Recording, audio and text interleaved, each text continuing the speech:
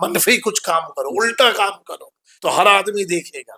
ایسی شہرت پر لعنت ہو جو شہرت ہم گستاخ صحابہ سے حاصل کرتے ہیں۔ جو ان کے خلاف اپنا عقیدہ رکھتا ہے وہ زندگی کو گمراہ ہے، اس سے میرا کوئی تعلق نہیں ہے۔ حضور سید صاحب قبلہ، ایک اہم سوال ہے، آج کل رافضیت بڑھتی چلی جا رہی ہے اور بہت سارے لوگ جو ہے صحابہ کرام پر تبرہ بازی کرتے ہیں اور کہتے ہیں یہ کتاب ہم نے پڑھی ہے، وہ کتاب پڑھی ہے، اس طرح ہے اس طرح ہے، تو ان لوگوں کو کیا پیغام دینا چاہیں گے آپ؟ سب سے پہلی بات یہ ہے کہ جو لوگ صحابہ پر تبرہ کر رہے ہیں انہیں کم سے کم اللہ کا خوف رکھنا چاہیے۔ بے شک۔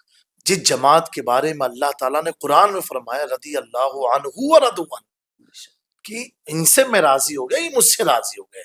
جب اللہ جن سے راضی ہو گیا وہ اللہ سے راضی ہو گئے تو آپ کون ہوتے ہیں اب قاضی بن کے فیصلہ کرنے والے؟ اچھا، جتنے لوگ صحابہ پر تبرہ کرتے ہیں، گستاخی کرتے ہیں، ان کے پاس کوئی مستند کوئی حدیث نہیں ہے، کوئی قرآن کا ریفرنس نہیں، تاریخ کی کتاب میں لکھا ہے، تاریخ کی کتاب میں لکھا ہے، فلاں مورخ نے لکھا ہے۔ میں آپ کے چینل کے ذریعے بتانا چاہتا ہوں ہم ایمان تاریخ کی کتاب پر لائیں کہ قرآن و سنت پر لائیں؟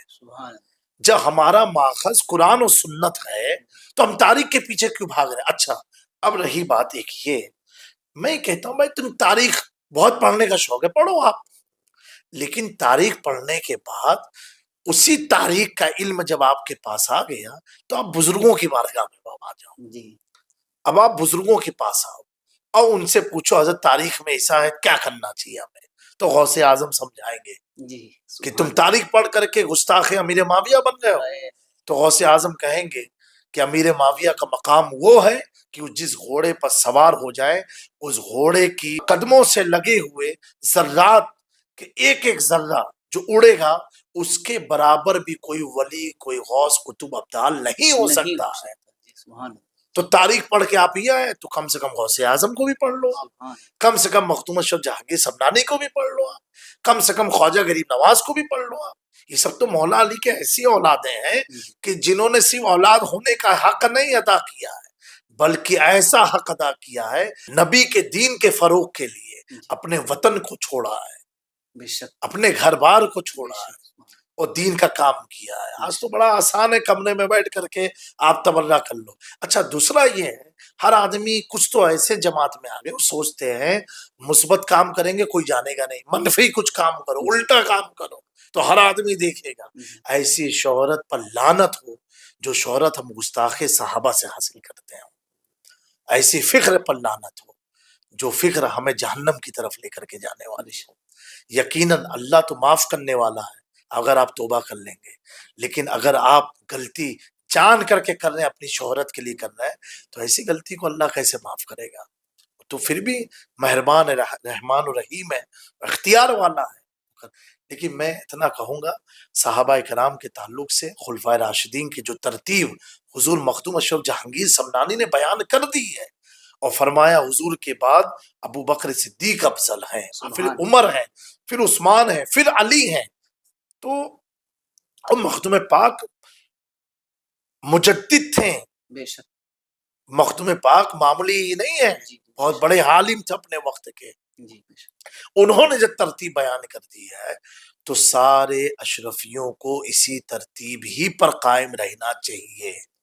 پھر آپ نے لکھ دیا، آگے تحریر فرمایا مخدوم پاک نے، جو آج میں نے عرس رضوی میں بیان کیا کہ جو شخص چاہے میرے مریدوں میں سے، محبین میں سے ہو یا میری اولادوں سے ہو، جو ان کے خلاف اپنا عقیدہ رکھتا ہے وہ زندگی کو گمراہ ہے، اس سے میرا کوئی تعلق نہیں ہے۔ صاف آپ نے اعلان فرما دیا، اس سے میرا کوئی تعلق نہیں ہے۔ تو اب یہ خلافت میں پہلا نمبر، ولایت میں پہلا نمبر ہے، بھائی سب علم آپ کو کون دے رہا ہے؟ یہ کہاں سے آپ لے کر کے آئے؟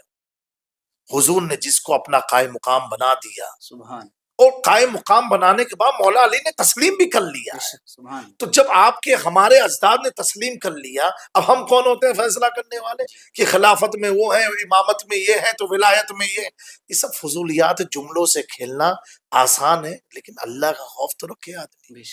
حضرت ابو بکر صدیق کے تعلق سے ہمیں آج کے نہیں دیکھنا ہے، ہمیں حضور محدث اعظم ہند کا عقیدہ دیکھنا ہے، بے شک ہمیں ہم شبیہ غوث اعظم سرکار اشرفی میاں اعلیٰ حضرت کا عقیدہ دیکھنا ہے، حضور سرکار کلا سید مختار اشرف کا عقیدہ دیکھنا ہے، حضور اچھے میاں کا عقیدہ دیکھنا ہے کہ ان کے عقیدے کیا تھے۔ تو حضور محدث اعظم ہند اسی زمانے کے ہیں، ان کے عقیدے کی اپنی عقیدے کی ترجمانی فرماتے ہیں بے شک کہ شان حضرت صدیق یہ ہے سید، مقام حضرت صدیق ہے یہ سید کہ ہر فضیلت کے ہیں جامع نبوت کے سوا۔ جی بے شک ایسا شعر ہے آپ کا کہ ہر فضیلت کے ہیں جامع نبوت کے سوا۔ جب کہی دیا ہر فضیلت کے ہیں جامع، تو نبوت کے بعد جتنے فضائل ہیں وہ سب حضرت ابوبکر صدیق کے پاس ہیں، چاہے وہ خلافت کی ہو، امامت کی ہو، ولایت کی ہو، سب کے آپ ہیں، کیونکہ حضور نے آپ کو اپنا قائم مقام بنایا بے ہے۔ شک سبحان ہر فضیلت کے ہیں وہ ہر فضیلت کے ہے وہ جامع نبوت کے سوا۔ اب کہاں کوئی گنجائش رہ گئی اس میں؟ تو اب اس میں اب گنجائش نکالیں، ہم اپنے اسلاف کے عقیدے پر انگلی اٹھا رہے ہیں، پھر سمجھیے۔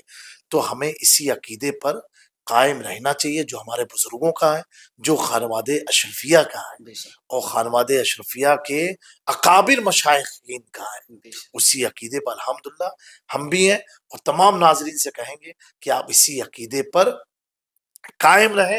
اس کے برخلاف، اس کے خلاف کوئی آتا ہے تو آپ اسے نظر انداز کر دیں، میں کسی کی مخالفت کا بھی قائل نہیں ہوں، لیکن آپ اسی عقیدہ جو مختوم پاک نے بیان فرمایا ہے اسی پر اپنا ایمان رکھیں، اسی پر آپ قائم رہیں، اسی میں ہماری اور آپ کی بھلائی ہے۔